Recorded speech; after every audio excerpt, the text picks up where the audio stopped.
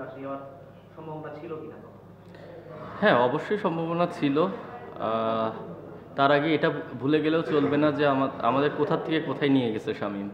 তো ডেফিনেটলি একটা ম্যাচ যখন চলে ওখানে মোমেন্টাম শিফট হতে থাকে। তো আমাদের যেমন প্রথমে আমরা মোমেন্টাম হারিয়েছি, পরে শামীম আর ইমন সেটা ব্যাক করেছে, কিন্তু আমরা প্রথমে এত বেশি উইকেট হারিয়ে ফেলেছি যে পরে একটা পার্টনারশিপ হওয়ার পরেও সেটা এনাফ ছিল না, আমি যেটা ফিল করি। আর আমরা আসলে একজনের উপরে এত বেশি ডিপেন্ডেন্ট হতে চাই না, কারণ আমরা থ্রু আউট দ্য টুর্নামেন্ট পুরো টিম হিসেবে খেলছি, সবাই টুকটাক কন্ট্রিবিউট করছে। কিন্তু আজকের দিনটা আমি মনে করি যে ব্যাটসম্যানরা তাদের রোলটা প্লে করতে পারে নাই, অ্যাট দ্য সেম টাইম বোলিংয়েও আমরা আপ টু দ্য মার্ক ছিলাম না। আপনার এগেইনস্টে একটা অ্যালিগেশন এসেছে, কিছু বলবেন?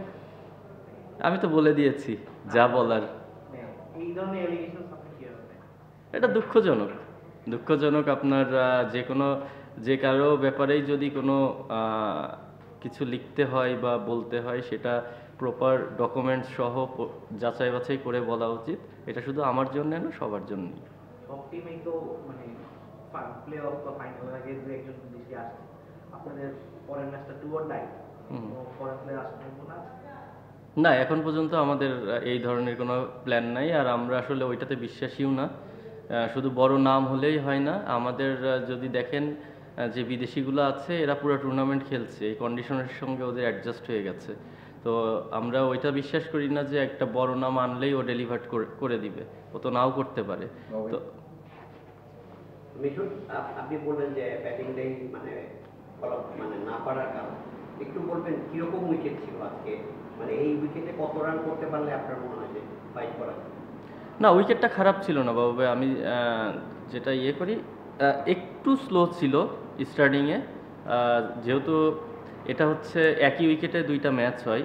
তো ফার্স্ট ম্যাচে আমরা দেখেছি উইকেটের বিহেভ কেমন ছিল, তো তার থেকে বেটার হয়েছিল, বাট একদম প্রপার উইকেট ছিল না।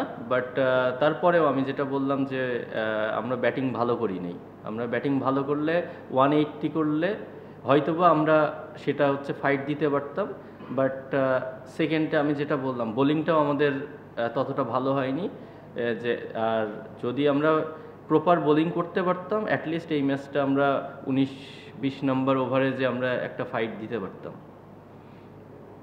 ভাই, বরিশালের পুরো টুর্নামেন্টের যে স্ট্যাটিস্টিক্স, ওদের টিমটার যে টাইপ, এটাতে ওরা দেখা যায় যে আপনার এই 150 রানের যে টোটাল, এটা চেস করতে ওরা ভেরি কমফোর্টেবল। আপনারা যখন এই রানটায় অল আউট হয়ে গেলেন, তখনই কি মনে হয়েছে যে আপনারা আসলে খেলাটা একদম বরিশালের হাতে তুলে দিয়ে দিয়েছেন? না না, আমার আসলে খেলার লাস্ট রান পর্যন্ত আমার কখনোই এটা মনে হয়নি, বা আমি মনে করতে চাই না আসলে। আমাদের যেই টোটালটা হয়েছিল, আমরা যখন ফিল্ডিংয়ে নামি তখন আমাদের সবার মধ্যে ওই কমিটমেন্টটাই ছিল যে আমরা টিল লাস্ট বল পর্যন্ত ট্রাই করে যাব। তো ডেফিনেটলি বরিশাল অনেক স্ট্রং সাইড, সেটা আপনারা দেখতেই পাচ্ছেন সবাই।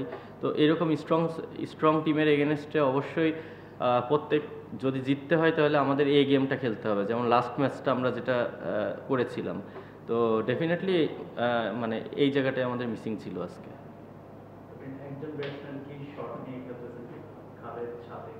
এটা পুরো টুর্নামেন্টেই আমরা তো এইভাবেই খেলছি, আমাদের অপশন নেই কোনো। এটা প্রথম ম্যাচ থেকে আমাদের মনে হয়েছে, এখন এসে না। বাট আমরা এটা মনে করতে চাই না। আমরা যেহেতু পুরো টুর্নামেন্ট এইভাবেই খেলে আসছি, আমরা ভালো করেছি পুরো টুর্নামেন্টে, এখন আর ওই জিনিসটার দিকে ফোকাস করতে চাই না। ওপরে আমরা যে 6টা ব্যাটসম্যান খেলছি, আমরা তারাই রেসপন্সিবিলিটি নেওয়ার চেষ্টা করছি। Thank you. ম্যাচ খুলে দেব। আচ্ছা, হ্যাঁ, ম্যাচ রিলেটেড। আগের ম্যাচে যারা খেলেছে রংপুর কিংবা খুলনা, তারাও হুট করে 2-3 জন করে বিদেশি বাইরে থেকে এনেছে। আমরাও কথা বলছি, আপনাদের জিজ্ঞেস করছি যে আপনাদের কোনো বিদেশি আসবে কিনা। গত 2 আসরেও দেখা গেছে যে এক ম্যাচের জন্য ক্রিকেটার আসছেন। তো যে কোনো টুর্নামেন্টের জন্য এই ধরনের সিনারিও কতখানি আইডিয়াল? যদি ক্রিকেটিং দিক থেকে দেখেন তাহলে আইডিয়াল না, কারণ দেখেন অনেক রংপুরের ম্যাক্সিমাম প্লেয়ার আজকে সকালে পৌঁছেছে, জার্নি করে জেট লেগের ব্যাপার আছে। আমরাও যদি আপনি মনে করে দেখেন যে ফার্স্ট ম্যাচ আমরা যেটা খেলি, আমাদেরও কিন্তু বেশ কয়েকজন বিদেশি প্লেয়ার সকালে এসে পৌঁছেছিল।